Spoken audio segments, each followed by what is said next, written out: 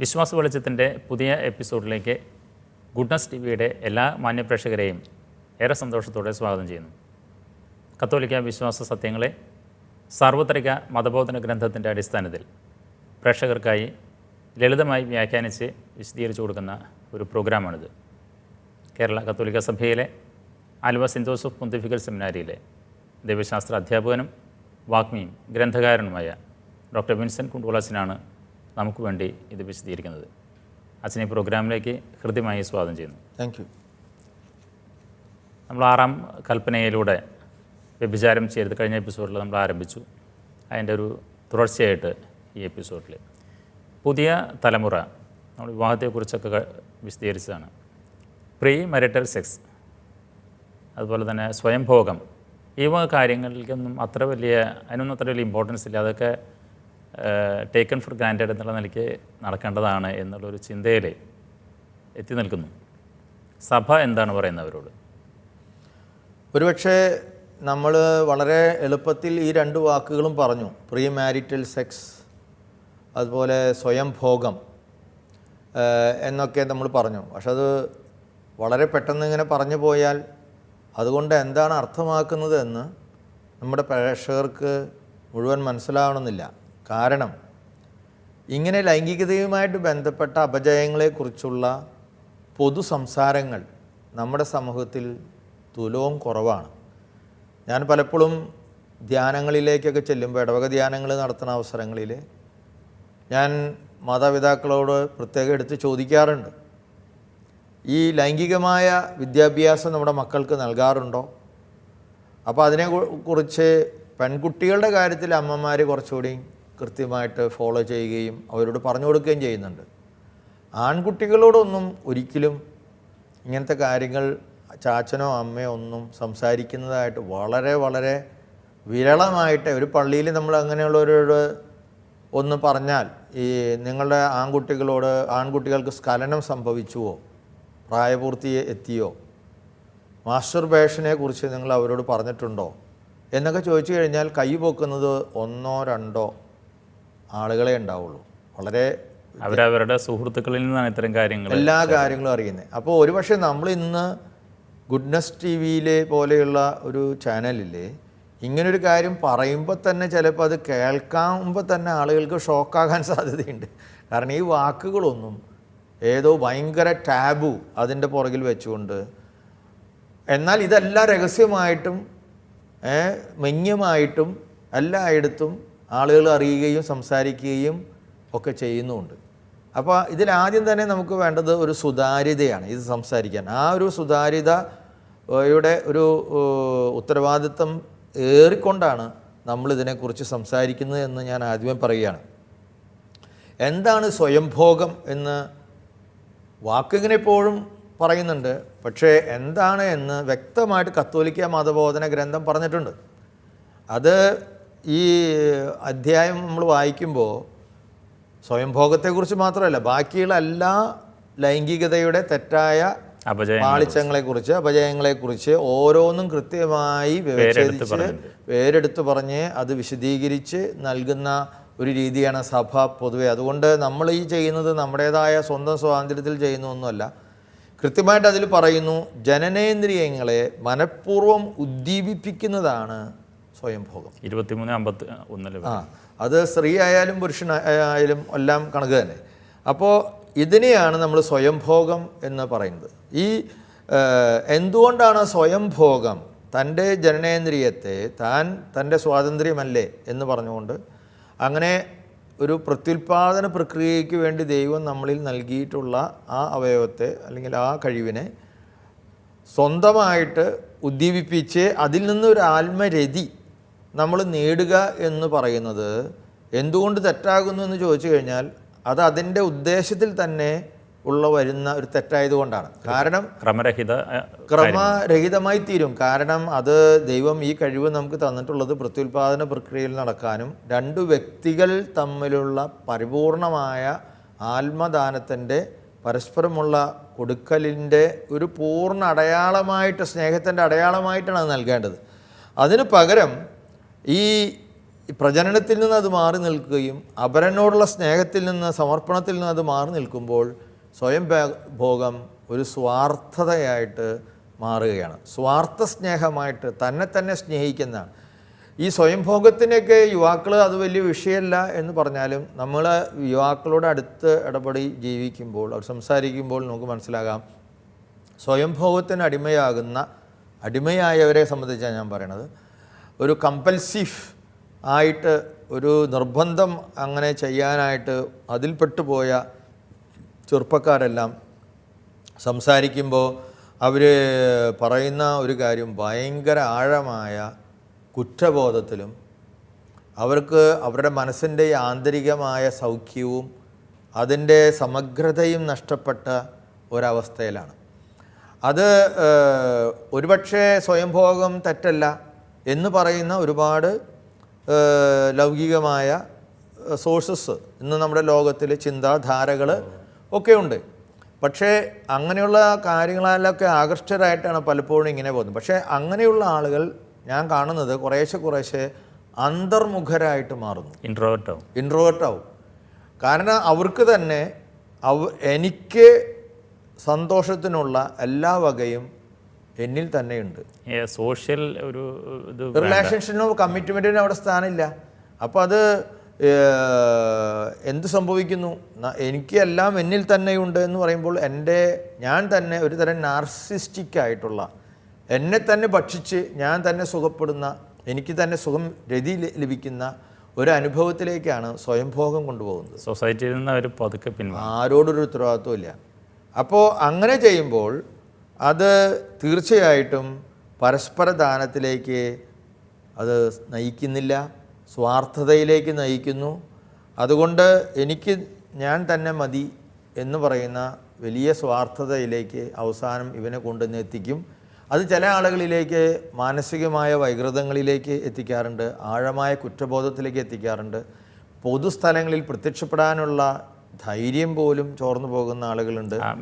Social being മനുഷ്യൻ ഒരു സാമൂഹ്യ ജീവിയാണ്. ഞാൻ ഇങ്ങനെ ഇതിനടിമയായി പോകുന്ന ഒരാൾക്ക് വേറൊരാളുടെ അടുത്ത് ചെല്ലുമ്പോൾ, വേറെ ഒരു നല്ല രീതിയിൽ ജീവിക്കുന്നെന്ന് അവർക്ക് തോന്നുന്ന ആളുകളുടെ അടുത്ത് പോകുമ്പോൾ ഇവൻ്റെ തല തന്നെ കുനിഞ്ഞു പോകും. അവൻ അന്തർമുഖനായി തീരും, പറയാനുള്ള ധൈര്യം അവനില്ല. അപ്പോൾ അത് അങ്ങനെ ഒരുപാട് കാര്യങ്ങൾ. പക്ഷെ അതേസമയം പലരോടും വെറുപ്പ്, വിദ്വേഷം ഒക്കെ വരും. പിന്നെ അവനോട് തന്നെ ഒരു വെറുപ്പാണ് കുറേ കഴിയുമ്പോൾ. അതായത് ഇതിൽ അടിമപ്പെട്ടു പോകുന്ന ആളുകളെ സംബന്ധിച്ച്, വല്ലപ്പോഴും ഇങ്ങനെ സംഭവിക്കുന്ന ആളുകളെ സംബന്ധിച്ചല്ല ഞാൻ പറയുന്നത്. ഒരു മനുഷ്യനെ പൂർണ്ണമായിട്ട് എല്ലാ കാലവും ഈ സ്വയംഭോഗം ഒട്ടും ചെയ്യാത്ത ഒരവസ്ഥ ഏതെങ്കിലും ഒരു മനുഷ്യനുണ്ടാകുമെന്നും ഞാൻ വിചാരിക്കുന്നില്ല. കാരണം യുവാവായിട്ട് വളർന്നുകൊണ്ടിരിക്കുന്ന അവസരത്തിൽ അവനിൽ തന്നെ നടക്കുന്ന ഈ മാറ്റങ്ങൾ, അത് സ്ത്രീയിലായാലും പുരുഷനിലായാലും അവനിൽ തന്നെ ഒരു വലിയ ജിജ്ഞാസ, ഇത് അറിയാൻ എന്താണ് എന്നൊക്കെയുള്ള അവൻ്റെ വ്യക്തിത്വത്തിൻ്റെ ഒരു പൂർത്തീകരണത്തിൻ്റെ ഒരു ഉറപ്പ് അവന് കിട്ടാനായിട്ടൊക്കെ ചിലപ്പോൾ ഇങ്ങനെയുള്ള ചില കാലഘട്ടങ്ങളിൽ മനുഷ്യൻ കടന്നു പോകുന്നു. അല്ലെങ്കിൽ അതുകൊണ്ട് ഇതിൻ്റെ ഗൗരവത്തെക്കുറിച്ച് നമുക്ക് വിലയിരുത്തണമെങ്കിൽ വളരെ അവധാനപൂർവം വളരെ പക്വമായ അറിവും അതിനോടുള്ള കരുണയുള്ള ഒരാൾക്ക് അത് കണ്ടെത്താനായിട്ട് സാധിക്കുകയുള്ളൂ. കാരണം വൈകാരികമായ അപക്വത കൊണ്ട് ഇങ്ങനെയുള്ള കാര്യങ്ങളിൽ ചെന്നുവിടുന്നവരുണ്ട്. ഇപ്പോൾ മാനസികമായിട്ടുള്ള ഒരുപാട് ടെൻഷൻ ഉള്ള ചില ആളുകൾ അത് റിലീസ് ചെയ്യാനായിട്ട് ഉള്ളൊരു മാർഗമായിട്ട് ടെൻഷൻ റിലീസിങ് ആയിട്ട് തരും. പക്ഷെ അതങ്ങനെ കണ്ടീഷൻഡായി കഴിയുമ്പോൾ മനസ്സിൻ്റെ ദുഃഖത്തിലാകാം. വേറെ ചില ആളുകൾക്ക് ഭയങ്കര സന്തോഷത്തിൽ ഉള്ളൊരു മോമെൻറ്റിൻ്റെ ഒരു സെലിബ്രേഷനായിട്ടാണ് പലരും സ്വയംഭോഗത്തെ കാണുന്നത്. ഇത് മദ്യത്തിന് അടിമപ്പെടുന്ന പോലെ തന്നെ എന്തായാലും ഇതിലുള്ളതൊരു രതി അന്വേഷണമാണ്. അപ്പോൾ അതിൻ്റെ രൂപഭാവങ്ങൾ വ്യത്യാസപ്പെടുന്നു എന്ന് മാത്രമേ ഉള്ളൂ. അപ്പോൾ വൈകാരികമായ അപക്വത കൊണ്ട് ചെയ്യുന്ന ഒരാളെ നമുക്ക് എന്തുമാത്രം കുറ്റപ്പെടുത്താൻ പറ്റും? ഞാൻ പറഞ്ഞ കർത്താവ് ഈശോ മിശിഹാ എപ്പോഴും പാപത്തെ തെറ്റാണെന്ന് കാണുമ്പോഴും പാപിയെ സ്നേഹിക്കുന്ന ഒരു നിലപാടാണ് കർത്താവ് എടുത്തിട്ടുള്ളത്. ആ നിലപാട് തന്നെയാണ് സഭയും എടുക്കുന്നത്.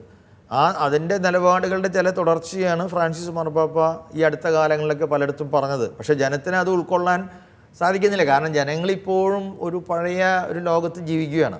അവർ ഭയങ്കര കാർക്കശ്യം ഈ കാര്യങ്ങളിൽ മറ്റുള്ളവരോട് കാണിക്കുകയും പുറത്തേക്ക് എന്നാൽ സ്വന്തം ജീവിതത്തിൽ വളരെ അലംഭാവപൂർണ്ണമായിട്ട് ജീവിക്കുകയും ചെയ്യുന്ന ഒരു ആത്മീയ ഒരു പരിവേഷം നമ്മുടെ ഈ നാട്ടിലെ ഒരു ഭക്തിയുടെ പരിവേഷം നമ്മുടെ നാട്ടിലുണ്ട്. മാനസിക രോഗങ്ങളുള്ള ആളുകളുണ്ട്. ഇപ്പോൾ മാനസികമായ രോഗങ്ങളുള്ള ആളുകളിൽ ചിലപ്പോൾ ഇങ്ങനെയുള്ള ടെൻഡൻസീസ് കൂടുതൽ വന്നേക്കാം. അപ്പോൾ അതുകൊണ്ട് നമ്മൾ ഇവരെ ജഡ്ജ് ചെയ്യാൻ പോകരുത് എന്നാണ് സാർവത്രിക മതബോധന ഗ്രന്ഥവും പറയുന്നത്. അപ്പോൾ സ്വയംഭോഗം അതിനെ വെള്ളപൂശുന്നത് നല്ലതല്ല. ഒരിക്കലൊക്കെ ഒരു യുവാവ് പറഞ്ഞു, എന്നോടൊരു സൈക്കോളജിക്കൽ കൗൺസിലിങ്ങിൽ പറഞ്ഞു, നീ ഒരു ഗ്ലാസ് ജ്യൂസ് അടിച്ചാൽ മതിയിടാ, പിന്നെ കുഴപ്പമൊന്നുമില്ല, ശരീരം ഓക്കെയാണ് എന്നൊക്കെ പറയുന്ന രീതിയിൽ ലാഘവത്തോടു കൂടി അതിനെ കാണുന്നത് ശരിയല്ല. ഞാൻ യൂറോപ്പിൽ പഠിച്ച അവസരത്തിലൊക്കെ ഒരുപാട് സൈക്കോളജിസ്റ്റിനോടും മോറൽ തിയോളജിയൻസിനോടും ഈ വിഷയങ്ങളൊക്കെ കൂടുതൽ ചർച്ച ചെയ്യാനും പഠിക്കാനിട വന്നിട്ടുണ്ട്. എത്ര ഉയർന്ന ആളുകളായാലും വളരെ ലാഘവബുദ്ധിയോടുകൂടെ സ്വയംഭോഗത്തെ കാണരുത്. തെറ്റുകൾ സംഭവിക്കാം, നമ്മൾ പശ്ചാത്തപിക്കുക, വീണ്ടും പരിശ്രമിക്കുക, നല്ല രീതിയിൽ ജീവിക്കാൻ എന്നുള്ള ഒരു മിതത്വത്തിൻ്റെ ഒരു ഭാവമാണ് നമ്മളതിനെ നൽകുന്നത്. അതുപോലെ പ്രീ മാരിറ്റൽ സെക്സ് ഇതുപോലെ വളരെ നേരത്തെ സാറ് പറഞ്ഞതുപോലെ ചെറുപ്പക്കാരുടെ ഇടയിൽ കൂടി വരുന്ന ഒരു കാര്യമാണ്. യൂറോപ്പിലെ അത് ഒരു പക്ഷേ വളരെ അനുവദനീയമായ രീതിയിൽ നമ്മുടെ കുടുംബങ്ങളിലെ ഒക്കെ ഉണ്ട്. ഇപ്പോൾ അവിടെ 18 വയസ്സ് കഴിഞ്ഞാൽ ചിലപ്പോൾ അവർക്ക് മക്കൾക്ക് വീക്കെൻഡിന് വെള്ളിയാഴ്ച അവർ പുറത്തേക്ക് പോകുമ്പോൾ ഡേറ്റിങ്ങും പരിപാടി. അപ്പോൾ ഇവർ പറയും, മകളോട് പറയും, നീ എടുത്ത് പോയിട്ടുണ്ടോ, പ്രൊട്ടക്ഷൻ മീൽ തേടിച്ചതുണ്ടോ? ചെറുക്കന്മാരോടും പറയും. കാരണം എയ്ഡ്സ് പല പ്രശ്നങ്ങളുണ്ട്. പിന്നെ അപ്പോൾ അങ്ങനെയൊക്കെ ഉള്ളത് കൊണ്ട് അവിടെ അവർ ഒരുപക്ഷെ ഒരു ദാമ്പത്യത്തിന് തങ്ങളെ യോഗ്യരാണോ എന്നൊക്കെ പറയുന്നൊരു കാര്യമുണ്ട്. പക്ഷെ അവിടെയും വളരെ ഞാൻ കണ്ടിട്ടുള്ളത് വിശ്വാസത്തിൽ യഥാർത്ഥത്തിൽ ജീവിക്കുന്ന ചെറുപ്പക്കാരെ ഞാൻ പലരെയും കല്യാണത്തിന് ഒരുക്കിയ അനുഭവങ്ങളൊക്കെ ഓർക്കുന്നു. അവരൊക്കെ അതുവരെയൊന്നും കൂടിക്കഴിയാതെ തന്നെ ജീവിക്കുന്ന ആളുകളുണ്ട്. പരീക്ഷണ പരിപാടിക്ക് പോകുന്നില്ല. അത് ഫിയോൻസായി അവരുടെ ഈ മനസ്സമ്മതം കഴിഞ്ഞാൽ പിന്നെ ഒരുപക്ഷെ കുറച്ചുകൂടി ഒരു ഇൻറ്റിമസിയിലേക്ക് വരാം. അതിനു മുമ്പ് അതായത് ഈ ലൈംഗികതയിൽ 2-3 കാര്യങ്ങളുണ്ടല്ലോ. ഒന്ന്, ലൈംഗികമായൊരു സന്തോഷം സഭ അനുവദിക്കുന്നുണ്ട് തീർച്ചയായിട്ടും. പിന്നെ ഒരു ആത്മാർപ്പണത്തിൻ്റെ ഒരു തലമുണ്ട്, സ്നേഹത്തിൻ്റെ ഏറ്റവും പ്രകടമായിട്ട്. മൂന്നാമതായിട്ട് അത് പ്രത്യുൽപാദന പ്രക്രിയയിലേക്ക് വഴിവെക്കുന്ന തുറന്നിരിക്കുന്ന ഒരു റിസൾട്ടാണത്, ഫലദായകത്വത്തിലേക്ക്. ഈ 3 കാര്യങ്ങൾ ഒരുമിച്ചാണ് ലൈംഗികതയിൽ കിടക്കുന്നത്. അതുകൊണ്ടാണ് വിവാഹം വരെ വെയിറ്റ് ചെയ്യാൻ പറയുന്നത്. പക്ഷെ വിവാഹത്തിന് മുമ്പ് എനിക്ക് പറ്റിയ പാർട്ട്ണർ ഏതാണ് എന്ന് അറിയാൻ വേണ്ടി പരീക്ഷണാടിസ്ഥാനത്തിൽ പലരുമായി ഇങ്ങനെയുള്ള ലൈംഗികമായ വേഴ്ചകൾക്ക് ശ്രമിക്കുമ്പോൾ വാസ്തവത്തിൽ എന്താണ് സംഭവിക്കുന്നത്? അവിടെ ഒരിടത്തും ഈ അപരൻ, അതിൽ പാർട്ട്നേഴ്സ് പരസ്പരം വ്യക്തികളല്ല, അവർ വസ്തുക്കളാണ്. കാരണം എനിക്ക് ലൈംഗികമായ തൃപ്തി തരാൻ പറ്റുന്ന ഒരു വ്യക്തിയാണോ അപ്പുറത്തുള്ളത് എന്നാണ് 2 പേരും അതിൽ പരിശോധിക്കുന്നത്. അപ്പോൾ അതിനെ സാധിക്കുന്നില്ലെങ്കിൽ പിന്നെ മുന്നോട്ട് ആത്മാർപ്പണത്തിനോ പ്രത്യുൽപാദന പ്രക്രിയയ്ക്കോ മുന്നോട്ട് പോകുന്നില്ല. എന്ന് പറയുമ്പോൾ അതിൻ്റെ പ്രധാനപ്പെട്ട ലക്ഷ്യം ആത്മരതിയായിട്ട് മാറുകയാണ്. അപരത്വത്തിലേക്കും അർപ്പണത്തിലേക്കും വേണ്ടി ദൈവം കരുതി വെച്ച ഈ ലൈംഗിക ശേഷി ഒരു പ്ലഷർ സീക്കിംഗ് മെത്തേഡ് മാത്രമായിട്ട് മാറുകയാണ്. അപ്പോൾ ഈ അപരനെ വസ്തുവായിട്ട് ഒരു സുഖം തേടാനുള്ള ഒരു കാര്യം മാത്രമായിട്ട് കാണുന്ന ഈ പ്രീ മാരിറ്റൽ സെക്സ് അതുകൊണ്ടാണ് സഭ ഒരിക്കലും പ്രോത്സാഹിപ്പിക്കാത്തത്. പക്ഷേ നിർഭാഗ്യവശാൽ ഇന്ന് ഒരുപാട് സ്ഥലത്ത് ഇങ്ങനെയുള്ള കാര്യങ്ങൾ നമ്മുടെ നാടുകളിലും, നമ്മൾ ഒരുപക്ഷെ വളരെ ഭദ്രമാണ് നമ്മുടെ നാടെന്നൊന്നും പറഞ്ഞാൽ ഇന്ന് അത് എന്തുമാത്രം സത്യമാകുന്നു എൻ്റെ അനുഭവത്തിൽ എനിക്ക് തോന്നിയിട്ടില്ല. നമ്മളിപ്പോൾ യൂറോപ്പിനോടും അമേരിക്കയോടും വളരെ അടുത്താണ് നമ്മുടെ പട്ടണങ്ങളിലൊക്കെ പോകുന്ന നമ്മുടെ ചെറുപ്പക്കാരെ. അപ്പോൾ പക്ഷേ അതുകൊണ്ട് അത് സാധുവായ ഒരു കാര്യമായിട്ട് വരുന്നില്ല. അങ്ങനെയുള്ള പരീക്ഷണങ്ങൾ പലപ്പോഴും കൂടുതൽ തെറ്റായ വൈവാഹിക ജീവിതത്തെക്കുറിച്ചുള്ള കാഴ്ചപ്പാടുകളാണ് ഇവരിലേക്ക് പിന്നീട് അവർ വിവാഹ ജീവിതത്തിലേക്ക് ചെല്ലുമ്പോഴും അവരെ കൂടുതൽ തെറ്റിലേക്ക് നയിക്കാനും സാധ്യതയുണ്ട്. കാരണം ഞങ്ങൾ അന്ന് പലരുമായിട്ട് എക്സ്പെരിമെൻ്റ് ചെയ്തപ്പോൾ ലഭിച്ച ആ ഒരു തൃപ്തി ഇവിടെ ലഭിക്കുന്നില്ല. മാത്രമല്ല അപ്പോൾ അതിൻ്റെ ലക്ഷ്യം തന്നെ മാറിപ്പോവുകയാണ്. നേരത്തെ പറഞ്ഞതുപോലെ ഇതിനോട് ചേർന്ന് നിൽക്കുന്നതാണ് പോർണോഗ്രഫി, അശ്ലീല കല എന്ന് പറയുന്നത്. അതും ഇപ്പോഴത്തെ യുവതലമുറ ഈ സാർവത്രിക മതബോധന ഗ്രന്ഥത്തെ അതിനെയും പ്രോത്സാഹിപ്പിക്കുന്നില്ലെങ്കിലും യുവതലമുറ അതിനൊന്നും വലിയ ഇമ്പോർട്ടൻസ് കൊടുക്കുന്നില്ല. കാരണം സോഷ്യൽ മീഡിയ ആയാലും ഇൻ്റർനെറ്റിലായാലും പോർണോഗ്രാഫിക്ക് അടിമപ്പെട്ടിട്ടുള്ള വളരെയധികം വലിയ അക്കാഡമിക് ലെവലിൽ ഉയർന്നിരിക്കുന്ന ഉദ്യോഗസ്ഥരുൾപ്പെടെ പോർണോഗ്രാഫിക്ക് അടിമപ്പെട്ടിട്ടുള്ളവരുണ്ട്. അപ്പോൾ അവരോട് എന്താണ് അച്ഛന് പറയാനുള്ളത്? ഇപ്പോൾ ഈ അശ്ലീല കല എന്ന് പറയുന്നത്, പോർണോഗ്രാഫി മലയാളത്തിൽ അശ്ലീല കല എന്ന് പറയുന്നത് എന്താണ് എന്ന് ചോദിച്ചു കഴിഞ്ഞാൽ, ലൈംഗികതയ്ക്കുള്ള ആ കഴിവ് അല്ലെങ്കിൽ ലൈംഗികമായ പ്രവൃത്തി അത് അതിൻ്റെ സ്വാഭാവികതയിൽ നിന്ന് വേർപ്പെടുത്തിയിട്ട് മറ്റുള്ളവരുടെ മുമ്പിൽ പ്രദർശിപ്പിക്കുന്നതിനെയാണ് അശ്ലീല കല എന്ന് പറയുന്നത്. ഇപ്പോൾ ലൈംഗികതകളെ അതിനൊരു ലക്ഷ്യമുണ്ട്. അത് ലൈംഗികമായ പ്രവൃത്തി പ്രത്യുൽപാദന പ്രക്രിയയോട് ചേർന്നിട്ടുള്ളൊരു കാര്യമാണ്. അതിൻ്റെ സാഹചര്യത്തിൽ നിന്ന് അതിൽ നിന്ന് ഒഴിവാക്കിയിട്ട് ആ സ്വാഭാവികമായ ഒരു കാര്യമായിട്ട് സ്നേഹത്തിൻ്റെ സമർപ്പണത്തിൽ നിന്ന് അത് മാറ്റി നിർച്ചിട്ട് അതിനെ മറ്റുള്ളവരുടെ മുമ്പിൽ പ്രദർശിപ്പിക്കാനും അല്ലെങ്കിൽ അത് സ്വയം അനുഭവിക്കാനുമുള്ള ഒരു രീതിശാസ്ത്രങ്ങൾ ഡെവലപ്പ് ചെയ്യുന്നതിനെയാണ് ഈ അശ്ലീല കല എന്ന് പറയുന്നത്.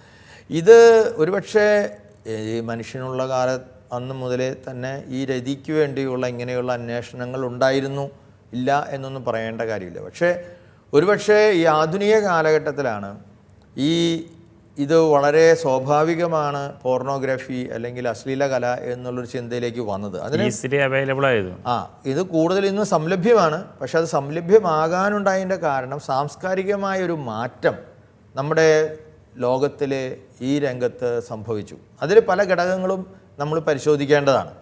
ഉദാഹരണമായിട്ട് ആധുനികത വന്നു കഴിഞ്ഞപ്പോൾ വ്യക്തിക്ക് സ്വാതന്ത്ര്യം കിട്ടി. പണ്ട് അങ്ങനെ ആയിരുന്നില്ലല്ലോ. നമ്മുടെ വീടുകളിൽ തന്നെ പരിശോധിച്ചാൽ ഒരു വ്യക്തിക്ക്, ഓരോ വ്യക്തികൾക്ക് വലിയ സ്വാതന്ത്ര്യമൊന്നുമില്ല. ഉണ്ടെങ്കിൽ കൂട്ടുകുടുംബമായാലും നമ്മുടെ ചെറിയ കുടുംബമായാലും 4 മക്കൾ, അപ്പനമ്മ, അവിടെ സ്വാതന്ത്ര്യം എല്ലാ കുട്ടികൾക്കും സ്വാതന്ത്ര്യം ഉണ്ടോ? ഭാര്യയ്ക്ക് അവിടെ അപ്പനാണ് സ്വാതന്ത്ര്യം മെയിൻ. അപ്പൻ്റെ സ്വാതന്ത്ര്യം ഞങ്ങളുടെ എല്ലാവരുടെയും സ്വാതന്ത്ര്യം എന്നുള്ള മട്ടിലാണ് പോയിരുന്നത്. പക്ഷേ ഇപ്പോൾ ആധുനികമായൊരു കൾച്ചർ, സംസ്കൃതി വന്നു കഴിഞ്ഞപ്പോൾ ഓരോ വ്യക്തിക്കും, അത് കുഞ്ഞു കുട്ടിയായാലും അവനും ഒരു വ്യക്തിയാണ്, ആ വ്യക്തിക്ക് അവൻ്റേതായ അവകാശങ്ങളുണ്ട് എന്നുള്ളതിന് ഭാവാത്മകമായിട്ടുള്ള കുറേ നല്ല ഗുണാംശങ്ങളുണ്ട്. 5 വയസ്സായ കുട്ടികൾ ബ്ലോഗർമാരാണ്. മൊബൈൽ എടുത്തിട്ട് വീടിൻ്റെ അകമൊക്കെ കാണിച്ചിട്ട് ഇത് ഞങ്ങളുടെ ബെഡ്റൂമാണ് എന്നൊക്കെ. അവരുടെ സ്വന്തമായൊരു സ്പേസ് അവർക്കുണ്ട്, അതിൽ വേറെ ആരും ഇടപെടാൻ പാടില്ല. അപ്പോൾ ആ കുട്ടികൾക്കുള്ള ആ തികഞ്ഞ വ്യക്തിത്വ ബോധം, ഞാൻ ഒരു വ്യക്തി, എൻ്റെ സ്വാതന്ത്ര്യം എന്നുള്ള എക്സാൾട്ടേഷൻ ഓഫ് ദ സെൽഫിൻ്റെ ഒരു ആഘോഷമാണത്. അപ്പോൾ അങ്ങനെയുള്ള ഒരു വ്യക്തിസ്വത്വ ബോധത്തിൻ്റെ വലിയ അനുഭവം ഈ സെക്സ് ഇതുപോലെ അനുഭവിക്കാനും അവിടെയും ഞങ്ങൾക്ക് സ്വാതന്ത്ര്യമുണ്ട്. എൻ്റെ സെക്ഷൽ എനർജി എനിക്ക് ഇഷ്ടമുള്ളതുപോലെ എൻ്റെ സൗകര്യത്തിന്, എൻ്റെ സുഖത്തിന്, എൻ്റെ ആനന്ദത്തിന്, എൻ്റെ ലക്ഷ്യങ്ങൾക്ക് അത് നിയന്ത്രിക്കാനോ ഉപയോഗിക്കാനോ ഉള്ള കഴിവ് എനിക്കുണ്ട് എന്നുള്ളത് മനുഷ്യൻ്റെ ഒരു അവകാശമായിട്ട് മനുഷ്യൻ കാണുന്ന ഒരു സംസ്കൃതിയിലേക്ക് വന്നപ്പോൾ അതുവരെ ആ രംഗത്ത് കുറേ നിയന്ത്രണങ്ങൾ ഏർപ്പെടുത്തിയിരുന്ന സമൂഹത്തിൻ്റെയോ മതത്തിൻ്റെയോ സ്വാധീനം അപ്പാടെ കുറഞ്ഞുപോയി. അപ്പോൾ അത് ഈ ആധുനിക കാലഘട്ടത്തിൽ സംഭവിച്ച, മാത്രമല്ല ലൈംഗികത ഒരു സ്വന്തം സുഖത്തിന് വേണ്ടിയാണെന്നുള്ള ഒരു എപ്പിക്യൂറിയൻ ചിന്ത കൂടി അതിൻ്റെ കൂടെ വന്നിട്ടുണ്ട്. അതുപോലെ സമൂഹത്തിൻ്റെ താല്പര്യത്തേക്കാൾ വ്യക്തിക്ക് സ്വാധീനം, അഭിലാഷങ്ങൾക്ക് പ്രാധാന്യം ലഭിച്ചപ്പോൾ എന്തുണ്ടായി? അത് അവൻ്റെ എല്ലാ സൃഷ്ടികളിലും വരാൻ തുടങ്ങി. ലിറ്ററേച്ചറുകളിലൊക്കെ നമ്മൾ നോക്കിക്കഴിഞ്ഞാൽ പണ്ട് ആദ്യകാലങ്ങളിലൊക്കെ വൾഗർ സാഹിത്യം എന്ന് പറയുന്നത് ഒരു വേറെയാണ്. പക്ഷെ സാധാരണ നോവലുകളിലും കവിതകളിലും ഇൻഡയറക്റ്റ് ആയിട്ട് പറഞ്ഞിരുന്നത് വളരെ കൃത്യമായിട്ട് തന്നെ ലൈംഗികമായ കാര്യങ്ങൾ, പലപ്പോഴും കാമപരമായ വികാരങ്ങൾ ഉണ്ടാക്കാവുന്ന രീതിയിൽ തന്നെ അത് വിവരിക്കാൻ യാതൊരു മടിയും കാണുന്നത്. അപ്പോൾ ഇതെല്ലാം ഒരു സെൽഫിൻ്റെ ലിബറേഷനാണ്, ഒരു സ്വാതന്ത്ര്യം ആസ്വദിക്കലാണ് എന്നുള്ളൊരു ചിന്ത നമ്മുടെ നോവലുകളിലും സാഹിത്യത്തിലൊക്കെ വന്നു. അപ്പോൾ ഇത് ഒരു സംസ്കാരത്തിൻ്റെ ഭാഗമാണ്. ഞാൻ ഓർക്കുന്നു 1980-കളിലെ പാരീസിൽ, അതുപോലെ USA, ഈ 2 നാടുകളിലും പല പ്രധാനപ്പെട്ട അവരുടെ നഗരങ്ങളിൽ ഈ സ്ത്രീ സ്വാതന്ത്ര്യത്തിന് വേണ്ടി ഉള്ള വലിയ മുറവിളികൾ, അതുപോലെ കളറിന്, ബ്ലാക്ക് കളർ, ഇപ്പോൾ നമ്മുടെ നാട്ടിൽ ബ്ലാക്ക് ഈസ് ബ്യൂട്ടിഫുൾ, കറുപ്പിനഴക് എന്നുള്ളൊരു പാട്ടൊക്കെ വന്നത് എനിക്ക് തോന്നുന്നു 2000-ലൊക്കെയാണെന്ന് എനിക്ക് തോന്നുന്നു. ഒരുപക്ഷെ പണ്ട് ഉണ്ടായ സ്ത്രീത്വവാദത്തിൻ്റെ, ഫെമിനിസ്റ്റിക് ചിന്താഗതികളുടെ ഇതിൽ അത് കുറേ കൂടി ഈ തരത്തിലുള്ള കാര്യങ്ങൾക്ക് ഒരു സ്വാതന്ത്ര്യം കൊടുത്തിട്ടുണ്ട്. പണ്ടൊന്നും ഒരു പെങ്കൊച്ച് അവളുടെ സ്വകാര്യ ഭാഗങ്ങളെ മറ്റുള്ളവരുടെ മുന്നിൽ അവതരിപ്പിക്കാൻ ധൈര്യപ്പെടാറില്ല. തൻ്റെ ജീവിത പങ്കാളിയാണെന്ന് ഉറപ്പുവരുന്ന ഒരാളുടെ അടുത്ത് മാത്രമേ അങ്ങനെയൊക്കെ സാധിക്കൂ. ഇന്ന് അതിനൊന്നും യാതൊരു വിഷമവും ഇല്ലാത്ത ഒരു സ്ത്രീ ലോകം, യുവതികളുടെ ലോകം, എല്ലാവരെയും കുറിച്ചുമല്ല ഞാൻ പറയുന്നത്, സാമാന്യവൽക്കരിക്കുകയല്ല, പക്ഷേ അതിനുള്ള ഒരു സ്വാതന്ത്ര്യം അല്ലെങ്കിൽ അത് ശരിയാണെന്നുള്ളൊരു ചിന്ത അവരിലേക്ക് വരാൻ കുറേ ഈ സ്ത്രീത്വത്തിനും തൻ്റെ സ്ത്രീയുടെ സമ്പത്താണ് തൻ്റെ ലൈംഗികമായ അവയവങ്ങൾ, അത് പ്രകടിപ്പിക്കാനും അത് ആഘോഷിക്കാനും സാധിച്ചാൽ മാത്രമേ പുരുഷനോളം തനിക്ക് തുല്യത കിട്ടുകയുള്ളൂ സമൂഹത്തിൽ. ഞാൻ പുരുഷനെ ആകർഷിച്ച് കീഴ്പ്പെടുത്തുന്നതിലാണ് ഒരു സ്ത്രീയായിത്തീരുന്നത് എന്നൊക്കെയുള്ള ഒരുപാട് ചിന്തകൾ ഒരുപക്ഷെ ഞാൻ പറഞ്ഞത് ഈ പോർണോഗ്രാഫിക്ക്, ഈ വ്യവസായത്തിന് ഇത്രയും സാധ്യതകൾ നൽകാൻ ഇടവന്നിട്ടുണ്ട്. അത് ചൂഷണം ചെയ്യുന്ന ഒരു പുരുഷ ലോകവും നമ്മുടെ ലോകത്ത് ഉണ്ട്. ഇതിൽ സ്ത്രീയെയോ പുരുഷനെയോ മാത്രം കുറ്റപ്പെടുത്തേണ്ട ഒരു കാര്യമല്ല ഈ അശ്ലീല കലയിലെ ഉള്ളത് എന്നെനിക്ക് തോന്നുന്നു. എന്തായാലും പോർണോഗ്രാഫി സഭ എതിർക്കുന്നതിന് കാരണം അത് ഈ ലൈംഗികതയുടെ വിശുദ്ധമായ ലക്ഷ്യങ്ങളിൽ നിന്ന് വളരെ അകന്നാണ് സഞ്ചരിക്കുന്നത്. മാത്രമല്ല അത് അധമമായ സന്തോഷത്തിലേക്ക് മനുഷ്യനെ കൊണ്ടുപോകുന്നു. അതുപോലെ ഭയങ്കര ലാഭം പോർണോഗ്രാഫിയിലൊക്കെ ഇന്ന് സാറ്റനിക് ഗ്രൂപ്പ്സ് ഒരുപാടുണ്ട് എന്നാണ് പറയുന്നത്. സാറ്റനിക് ഗ്രൂപ്പ്സ് ചെറുപ്പക്കാരെ അവരുടെ ഇതിലേക്ക് ആകർഷിക്കാൻ വേണ്ടി അവർ തന്നെ നടത്തുന്ന ഒരുപാട് പോർണോയുടെ ചാനലുകളും പരിപാടികളും ഉണ്ട് എന്നാണ്. അപ്പോൾ ലാഭമുണ്ടാക്കുന്ന ഒരു കാര്യം മനുഷ്യനെ വിറ്റ്, ഇങ്ങനെയുള്ള കാര്യങ്ങൾ കൊണ്ടാണ് നമ്മൾ ഈ പോർണോഗ്രാഫി ഒരു വലിയ ദൈവ സൃഷ്ടിയുടെ മനുഷ്യ മഹത്വത്തിൻ്റെ എതിരായ പാപമായിട്ട് നമ്മൾ അവതരിപ്പിക്കുന്നത്. നമുക്ക് ഈ എപ്പിസോഡ് വൈൻഡപ്പ് ചെയ്യാം. എന്തായാലും ഈ വ്യഭിചാരം ചെയ്യരുത് എന്നുള്ള കൽപ്പനയോട് ചേർന്ന് നിൽക്കുന്ന സഭയുടെ പോർണോഗ്രഫിയോടും പ്രീ മാരിറ്റൽ സെക്സിനോടും മാസ്റ്റർബേഷനോടും തുടങ്ങിയിട്ടുള്ള ചിന്തകൾ പ്രേക്ഷകർക്കായി പങ്കുവച്ച അച്ഛനെ നന്ദി പറയുന്നു. Thank you. വിവാഹ ബന്ധത്തിൻ്റെ ആ ധാർമ്മികതയുടെ അടിസ്ഥാനത്തിലാണ് സഭ എപ്പോഴും ഈ ലൈംഗികതയെ കാണുന്നത്. പ്രത്യുൽപാദനത്തിന് വേണ്ടി ദമ്പതികൾ തമ്മിലുള്ള ലൈംഗിക ബന്ധത്തെയാണ് സഭ അനുകൂലിക്കുന്നത്. അതുകൊണ്ട് തന്നെ pornography, pre marital sex, masturbation എന്നിവ സഭ പ്രതികൂലത്താലാണ് ഈ കത്തോലിക്ക സഭയുടെ ദൈവശാസ്ത്രത്തിൽ പറയുന്നത്. ഈ എപ്പിസോഡ് ശ്രദ്ധിച്ച എല്ലാ പ്രേക്ഷകർക്കും നന്ദി പറയുന്നു. നന്ദി, നമസ്കാരം.